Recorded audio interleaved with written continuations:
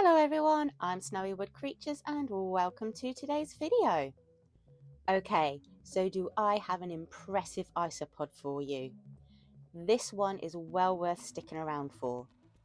One of the most asked questions from newbies in the hobby, and I included myself in that statement. What is the biggest land isopod out there, or one you can at least own? That will be the Helleria Brevicornis. This isopod walks around like a big, friendly, but clumsy giant at 2.7 to 3 centimeters. Not only is it long, it is a deep isopod too. I'd say a good centimeter. Yes, there are other isopods that are slightly longer, but nothing that is this impressive as a giant.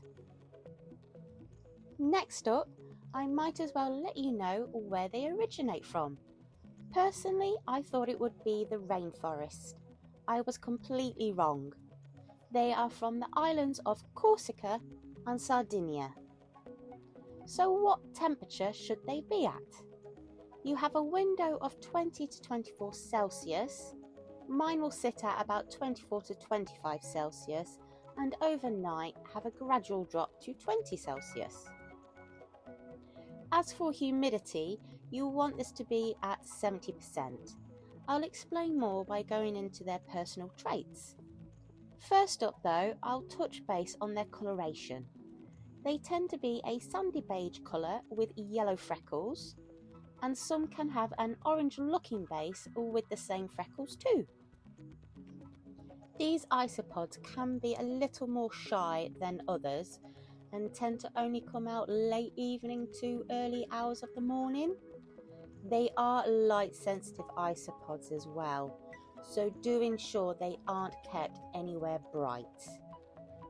When it comes to their substrate, and this will connect with their humidity levels, they need it fairly deep and more damp, but not soggy substrate, as these pods love to burrow.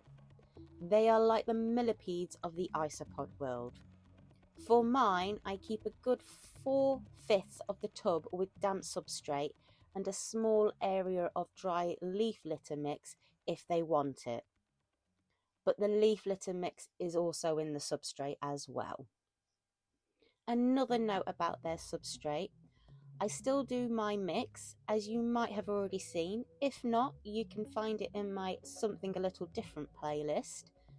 But I do add a little more rotting wood and 3 to 4 times more mushroom powder. They love mushroom powder. Actually, I have been wanting to film these pods for a while, but as they love to burrow deep, hasn't been possible. Today I noticed they needed a substrate change, as I noticed it was building up with their little monster poos, and the substrate was looking a little depleted of minerals and mushroom powder. It's a slow job, as you need to find the isopods and sift through the old stuff, but it is satisfying in the end, and the pods are happier for it. But due to this, it made it a good opportunity to finally film them. Talking about what they like to eat, I might as well tell you, they are fussy. You now know about mushroom powder, and I do give top-ups by mixing it in with a bit of soil. I also find doing it this way, it doesn't go off as quickly. They are meant to like fish foods, but I'm yet to find one they will eat. I did say fussy eaters, didn't I? Vegetables? Well, if it's cucumber, they will demolish that like there is no tomorrow. But feel free to try any isopod-friendly foods. You might fall onto some luck.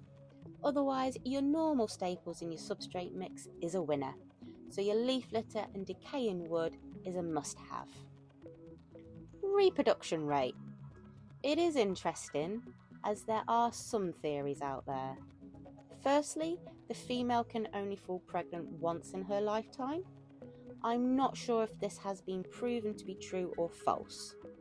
Secondly, they need their temperatures to drop to 18 Celsius for 3 months, as where they originate from, they do actually have cold winters, which halts breeding. After these 3 months, you'll need to raise the temperature again, but I've not done this and noticed babies, so who knows? Now, unlike most isopods, mothers, when they give birth, the babies will find their own way. The brevacornis makes a nest in the substrate, ensure there's plenty of food, and will actually raise them for about 2 weeks.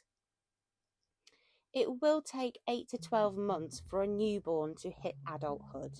They are classed as a slow-growing isopod. Currently, I'm not sure on their lifespan though.